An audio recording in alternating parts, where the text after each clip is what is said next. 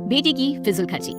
दुनिया की चकाचौंध को कौन नहीं एंजॉय करना चाहता, लेकिन क्या फालतू की मौज मस्ती में पैसा खर्च करना सही है? देखिए जरा।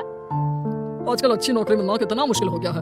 सही कहा, जहाँ भी जाओ तो केवल यही सुनने को मिलता है, फिलहाल जरूरत नहीं है। और अगर गलती से नौकरी मिल भी जाए तो उस तनख्वाह से 2 वक्त की रोटी भी नहीं खरीदी जाती। हाँ यार, ऊपर से रोज सुबह शाम घर वालों के ताने सुनकर ही पेट भरना पड़ता है। अब तो तेरा खाना बिना घर वालों के ताने सुने बिना पचता भी नहीं होगा है? क्यों, तेरे घर वाले कुछ नहीं कहते? कहते तो हैं पर क्या करें, कानों को सुनने की आदत हो गई है। अच्छा, तुम्हें एक जरूरी चीज बताना तो भूल ही गया। कल ना मुझे कमल का फोन आया था। कौन कमल? जो उस मोटे सेठ के दफ्तर में काम करता है?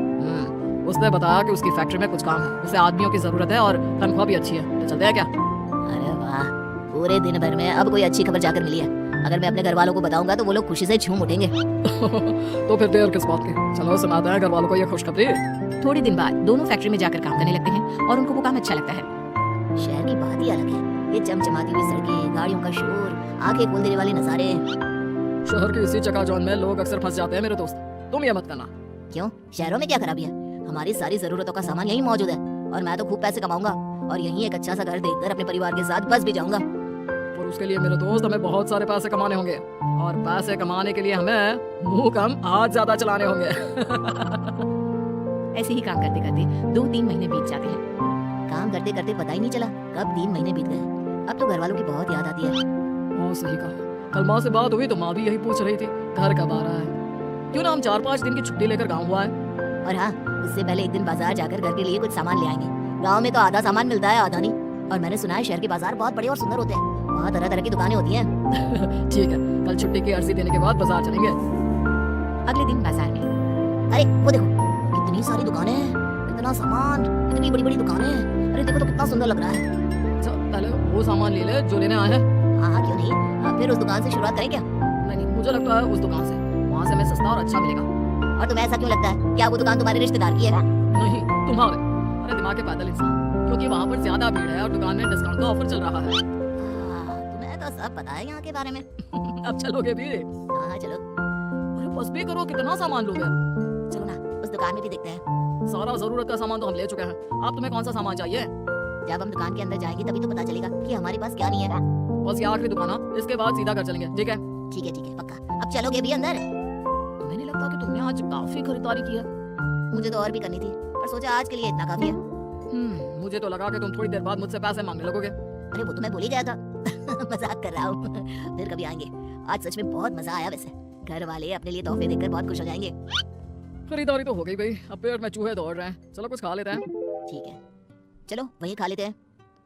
खाना कितना अच्छा था, मेरा तो पेट फुल भर गया है। रोजाना कैंटीन का वो बेस्वाद खाना खाकर मेरा मुंह भी बेस्वाद हो गया था। आज कुछ स्वादिष्ट खाकर दिल को सुकून मिला। रोज ऐसा खाने को मिले, क्या मजा आ जाए। कैंटीन का खाना तो ठीक ही होता है, हाँ, आज का खाना उससे ज्यादा स्वादिष्ट था, मानना पड़ेगा। उस दिन से सुरेश कई बार बाजार जाता खरीदारी के लिए और साथ साथ बाहर से ही खाना खाकर आता। सुरेश, तू कल शाम को कैंटीन में खाने को नहीं आया? मैंने बहुत देर तक तेरा इंतजार किया, फिर किसी ने कहा कि तू बाजार गया है। अभी कुछ दिन पहले ही तो तू बाजार गया था, कल फिर से क्यों गया? अरे कुछ दिन पहले जब मैं बाजार गया था ना, तो वहाँ एक बहुत बढ़िया जूते देखे थे, पर मैं ले नहीं पाया। और अब जब तनख्वाह आ गई तो कल ही मैंने वो जूते खरीद लिए। देख, आज मैं पहन कर भी आया हूँ। यार, ये तो बहुत महंगा लगता है।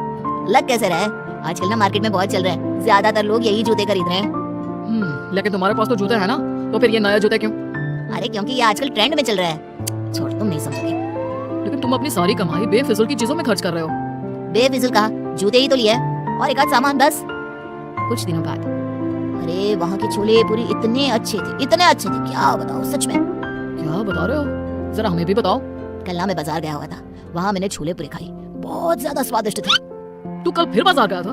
तुझे नहीं लगता तू कुछ ज्यादा ही बाजार जाने लगा है और बेफिजूल की चीजों में अपनी कमाई उड़ा रहा है? अरे तू फिर से शुरू हो गया। तुझे इतनी दिक्कत क्यों हो रही है? तू तो ऐसे बोल रहा है जैसे तेरी कमाई उड़ा रहा हूँ। अरे अपनी कमाई से तो खा रहा हूँ ना। लेकिन अगर तू अपनी सारी कमाई ऐसे ही उड़ाता रहा तो अपने घर वालों को क्या भेजेगा? उसकी चिंता करने की जरूरत तुम्हें नहीं है।